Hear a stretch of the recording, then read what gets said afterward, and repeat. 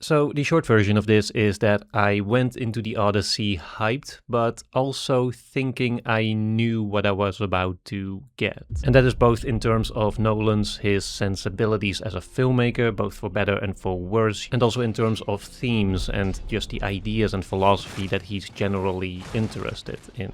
And probably the best thing I could say about this movie is that despite all that, by the end of it, it still got me off guard.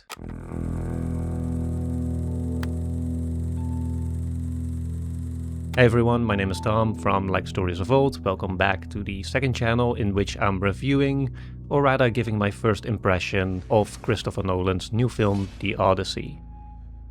First off, let's talk a little bit about Nolan's approach here, because despite there having been a lot of discussion surrounding his modernization or modern take on the Odyssey, I do actually feel he doesn't get enough credit for daring to defy and even break cinematic conventions. You know, he wanted to present this classic tale in a way that we haven't really experienced that genre before, which is to say that he didn't want to use the classical orchestral soundtrack. He didn't want to use like the classic old sounding language. You know, he rewrote all the text and dialogue into something that feels modern. He also wanted everyone to speak in American accents instead of British ones, which is what you usually hear in classic Roman or Greek stories. And I actually thought that was kind of a bold move, you know, not so much in the context of adapting an old story, but rather in the context of breaking cinematic conventions, because again, I feel like that's what's really going on here. You know, a lot of those language issues, the stuff with the accents, that has nothing to do with like the classic myth or being true to like historical text. You know, that's just cinematic tradition. That's just what we have cultivated over the years. And I do like that he's someone who doesn't take those for granted and explores, you know, how else can we tell these stories? And even if that feels a little jarring at first, I do think that, you know, if we look back on this movie decades from now, you will see that it maybe started a new trend, or that's, you know, that it helped to expand cinematic language in some way. And I actually think that's kind of cool. I can still save them.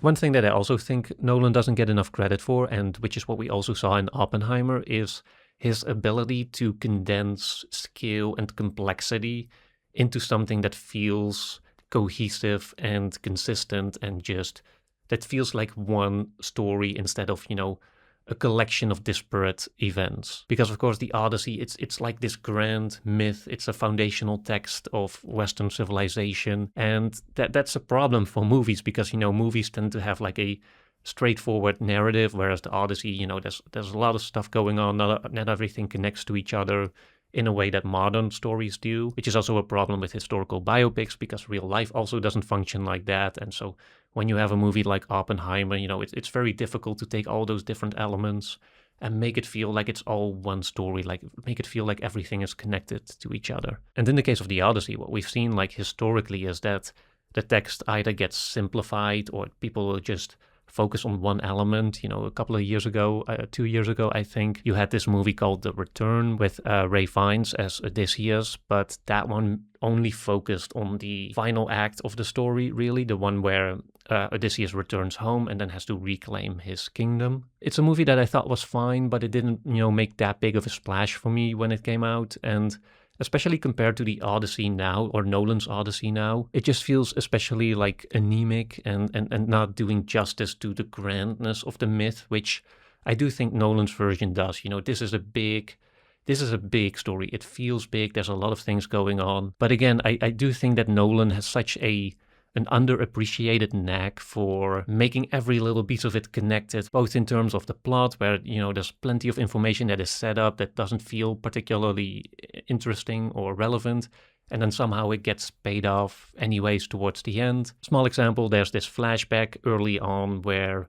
Odysseus has this hunting accident, and which leaves this like nasty wound on his leg. And then towards the end of the movie, without spoiling too much, there's one character that recognizes him because of that wound. And, you know, it's just a small thing, but it's just such a signifier of how Nolan manages to make everything feel relevant. And I do think that's that's such an underappreciated talent of his. Again, we also saw it in Oppenheimer, where you have the different context of World War II, the Cold War, you have him, the communists, the creation of the bomb and its fallout, and it all feels like this is one story about a kind of Promethean act of stealing the fire. And I do feel like, in general, Nolan manages to pull that off again in the Odyssey, despite this being a story that's even more difficult to adapt in some way, because it's a lot of, like episodic things happening that don't feel like immediately interconnected to each other. There's a lot of, let's get to this island, and oh no, there's something bad, let's go back, and then let's go to another island, and another,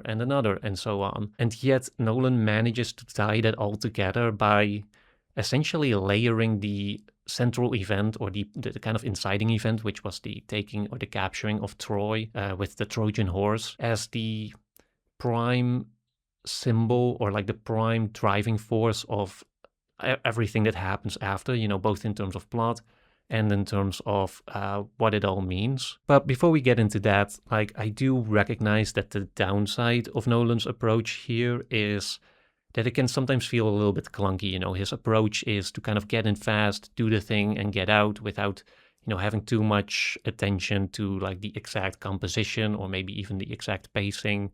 There's some shots that I felt like were even out of focus completely. But, the point is, there's a kind of sacrifice to his approach. Over the years, I've referred to this as like the Nolan clunkiness, where, there's something about his movies that just sometimes feels a little bit off, a little bit rough around the edges, and which also makes the first viewing of his movies can sometimes feel a little bit jarring. And that's what I had with this one too, because, you start out, you're thrown into the middle of it. There's basically two framing devices that you're presented with. You have Telemachus, played by Tom Holland, who is Odysseus' son, trying to figure out, he's back in his kingdom dealing with all these suitors that want to marry his mother.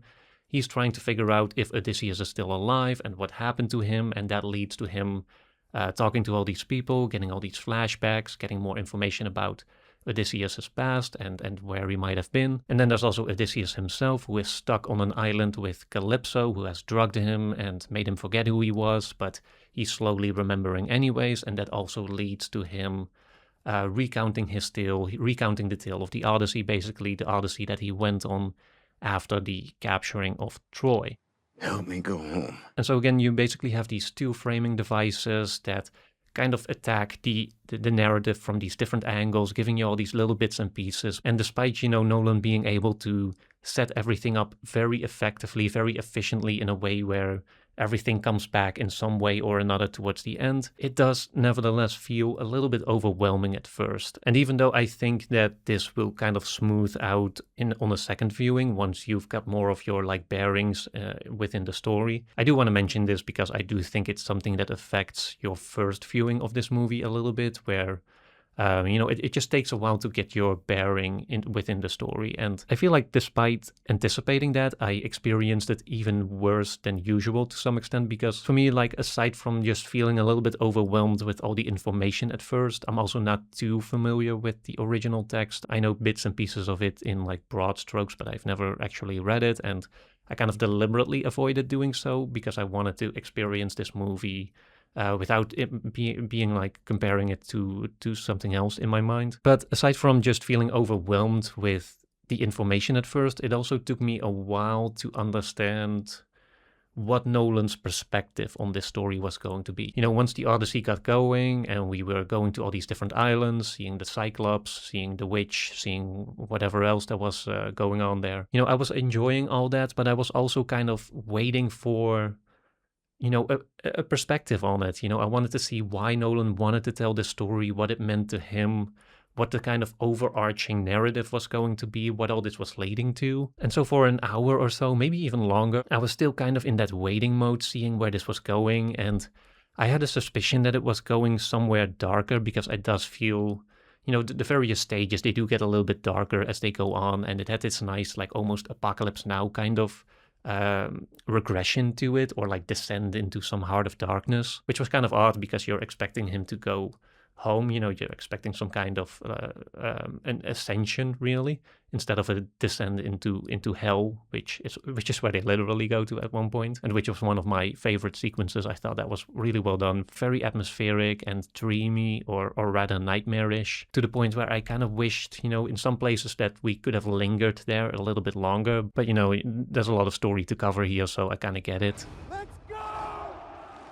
But then Odysseus finally makes it home, and that final act happened, and there's this reveal at the end. And to me, that just blew the story wide open for me. Like that was so well done. I think it's one of the greatest twists that Nolan has ever pulled. Because, you know, it's not exactly a plot twist that happens at the end, but there's a vital bit of character information, like information about that gives us insight into Odysseus, his emotional state and his worldview, that retroactively redefines the meaning, not just of the entire Odyssey, but also of the capturing of Troy. And I think this was such a quietly brilliant way to layer the Trojan horse with an additional meaning. You know, the narrative structure is basically a Trojan horse in itself, where you feel like one thing is about to happen, and then it reveals there's something completely else on the inside of it. That was like such a typical Nolan thing to do in the best way possible. I really love that. And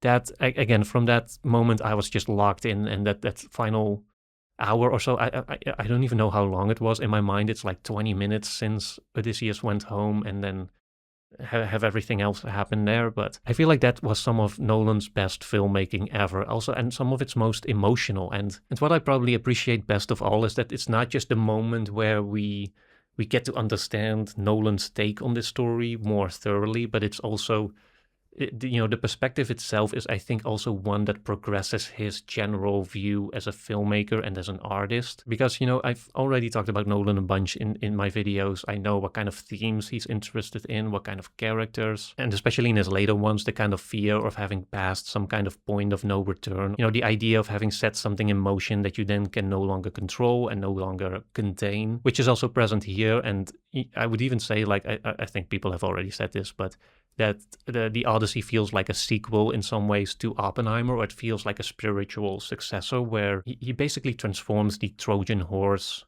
and the act of capturing Troy as an event that broke the world entirely. I won't go into spoilers just yet. I'll do that a little bit later. But what I will say here is that it adds such an apocalyptic melancholy to the movie, or to the story, that I wasn't quite as expecting, and that does feel like it cuts even deeper to all the other themes that Nolan has already talked about before, or has already explored before in his other movies. It's as if by using this old myth, he makes his own sort of mythology even more grounded within legend or something like it. You know, it really feels like this is like the foundational, like an almost biblical text that sits at the bedrock of all his other movies. And that also speaks very poignantly about our current times and the current fracturing of society that so many of us feel that we're experiencing, while still framing it as a larger expression,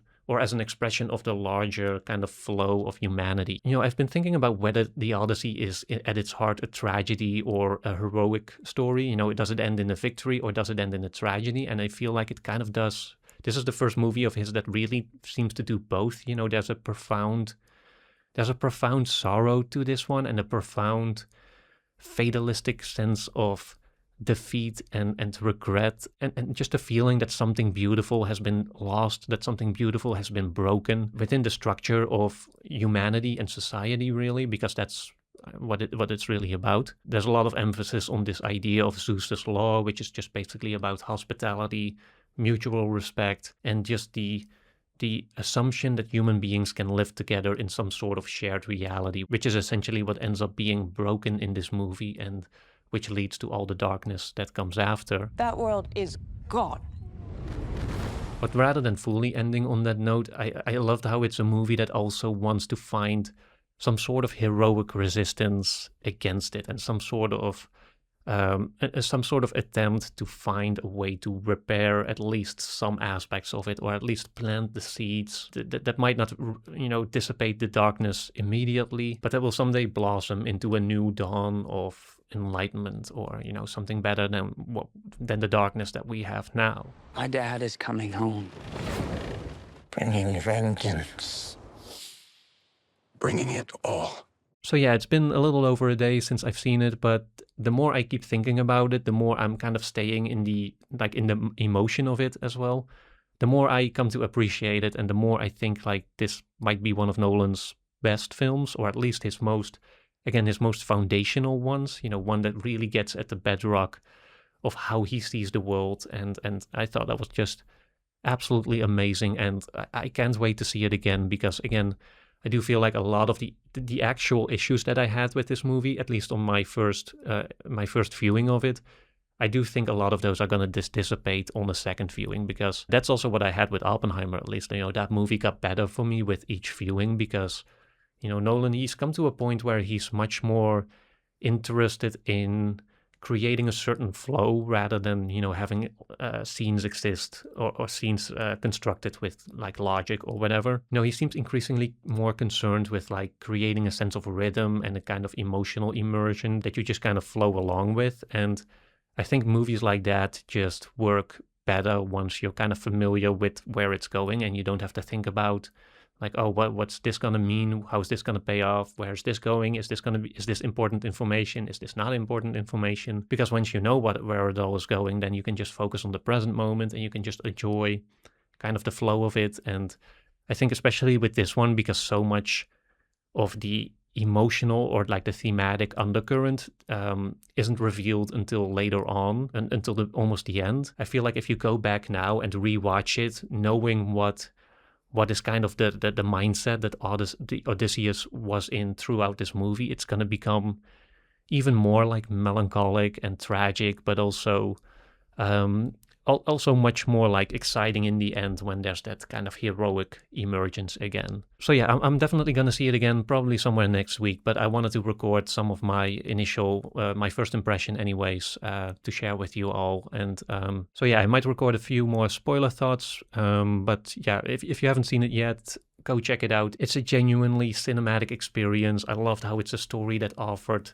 such a distinct perspective on this classic myth, while also, as far as I understand it, staying true to its essence. I think all the actors did a great job. I thought the score was really interesting. I thought Ludwig Göransson had an interesting balance between either providing more like atmospheric texture and then having also more traditional like melody-based pieces, basically, that are just, a little bit more conventional, and that were just really beautiful. So yeah, that's all I have without spoilers. So let's go into a spoiler section now, because I do have a few more thoughts on that ending and what all that meant.